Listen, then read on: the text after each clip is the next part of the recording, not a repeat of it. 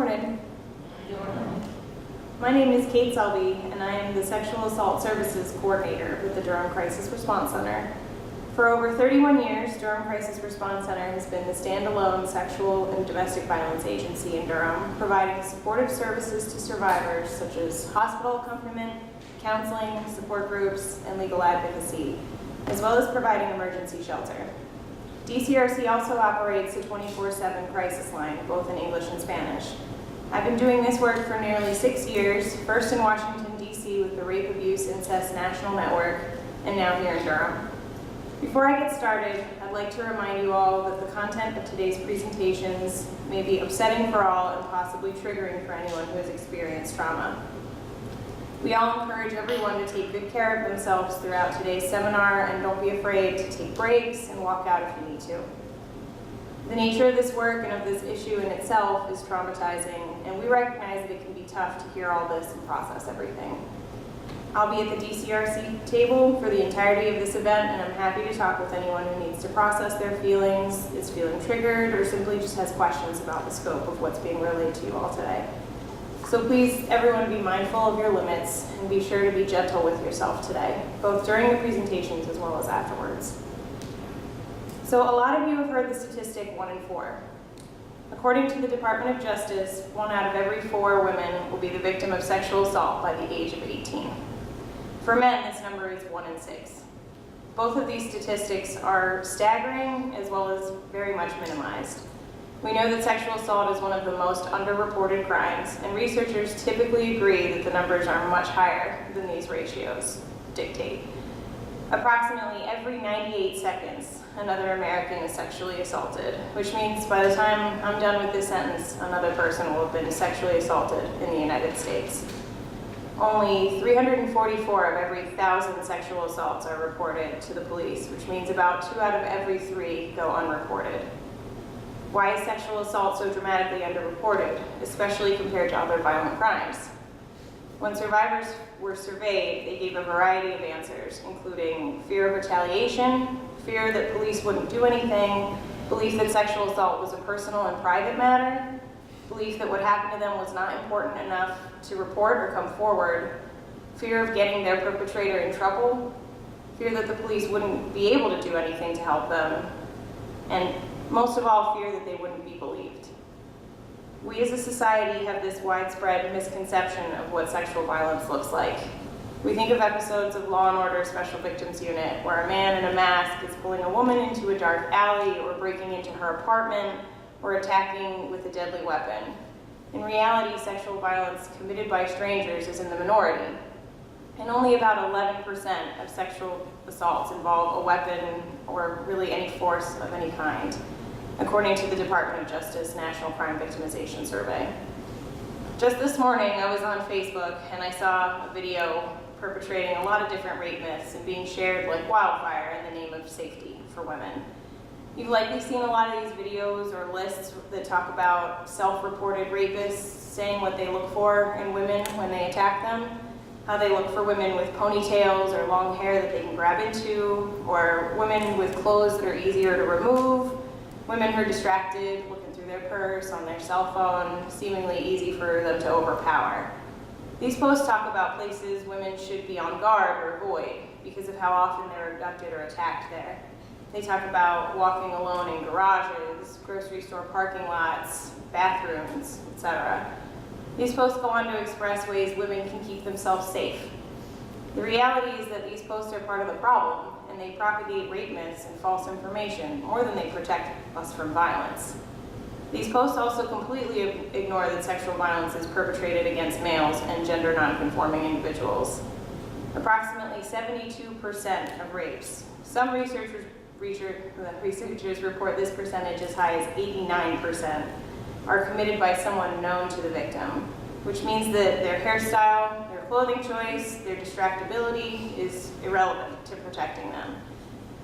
The video I saw this morning already had 125,000 views and was called Safety Tips for Women. While I agree that safety is important, and I think that we all agree that, these videos seem to put the onus on the victim and completely ignore the true dangers of where sexual violence is actually occurring. The picture of why victims do not report starts to become more complete when we think about who is actually perpetrating this violence. According to the Department of Justice, about 45% of assaults are committed by acquaintances, 25% are committed by former or current partners, and 1% are committed by a relative in those situations. Often victims question the assault and its label because of the relationship that they have or have had with the perpetrator, and many do not come forward because they don't want to get that person in trouble. Many victims report that when disclosing their assault by a known perpetrator, they are met with blame and disbelief. And we really wonder why more victims don't report. To bring this a little closer to home for us here, I can tell you that in 2013, there were 2,369 reported rapes in North Carolina alone, according to the FBI, and nearly 200 in Durham City in 2016, according to Durham City's crime statistics. 1 in 5 women in North Carolina have been sexually assaulted at some point in their lives, according to the North Carolina Department of Health and Human Services, and over 10,000 North Carolinians were affected by sexual violence in 2001 alone. And because we know that sexual assault is one of the most underreported crimes, those numbers are likely much, much higher than what I just told you. So let's take a step back for a second and let me define some of the terms I've used and that you'll likely be hearing a lot today.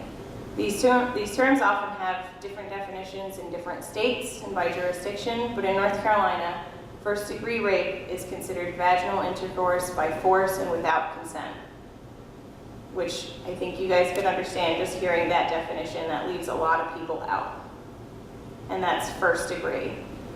According to the FBI, rape is defined as penetration, no matter how slight, of a vagina or anus with any body part or object, or oral penetration by a sex organ of another person without the consent of the victim. That's a much broader definition, and that's what the FBI uses when they classify their reports. And you can see how different North Carolina's definition is from the FBI. We often use sexual assault as an umbrella term because the way we use it is including rape and also any type of sexual contact or behavior that occurs without the explicit consent of the recipient. So this includes forcible sodomy, child molestation, incest, fondling, and attempted rape or sexual assault as well. So now let's break things down a bit further and discuss child sexual abuse.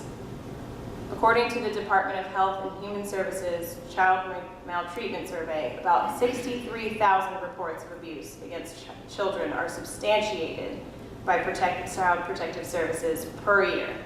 63,000 children per year.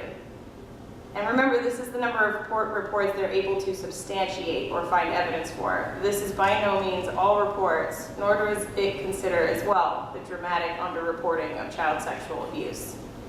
In child sexual abuse, 93% of the perpetrators are known to the victim, which again depicts a very different narrative than the majority of what we see dramatized on television and in movies. Once again, we see underreporting, often due to the nature of the relationship of the perpetrator to the victim, often not wanting to get the perpetrator in trouble because it's likely someone they care for and depend upon. We also see children put in positions where breaking their silence can cause a rift or even the complete breakdown of their family. Children are also often don't come forward because the perpetrator has told them not to, possibly threatened them, or even convinced them that their relationship is appropriate. So what is the aftermath for this trauma? What happens to the survivors? Studies are finding, including those done by the Department of Justice, that survivors are more likely to experience depressive thoughts and suicidal ideations. Survivors are more likely to abuse drugs to cope with these feelings. Survivors experience problems at work and often withdraw from those around them. Survivors are at risk of pregnancy and sexually transmitted infections. Survivors are in the aftermath, especially for children, we see 4 times more likely to develop drug abuse as a coping mechanism. We see them 4 times more likely to experience PTSD as adults. And they're 3 times more likely to experience a major depressive episode as an adult. And this is just for the children. The aftermath of trauma impacts every aspect of a survivor's life, and research dictates that their best hope for recovery relies on their supportive relationships. So hearing that they often withdraw from the people around them and they push people away tells us a lot about how their recovery can go. When survivors disclose their abuse, they need to be met with people who first and foremost believe them and have a positive and supportive interaction with them. When survivors who disclose are met with disbelief, shame, guilt, or questioning, the effects are detrimental on their recovery journey. This is the part where we can all make a difference, though. When someone discloses to us, we can start by believing them, and we can show them that they have support in us through their journey. What we ask you to do today, and as you go out to your community, is to help us dispel these myths by having these tough conversations with people, and by promoting the truth about sexual violence and its prevalence in our community. Our mission is to help survivors understand that they are not alone and that we are here to support them. Thank you all so much for your time today, and now I'd like to open up the program to 5 wonderful speakers here to enlighten us and share their journey with us today.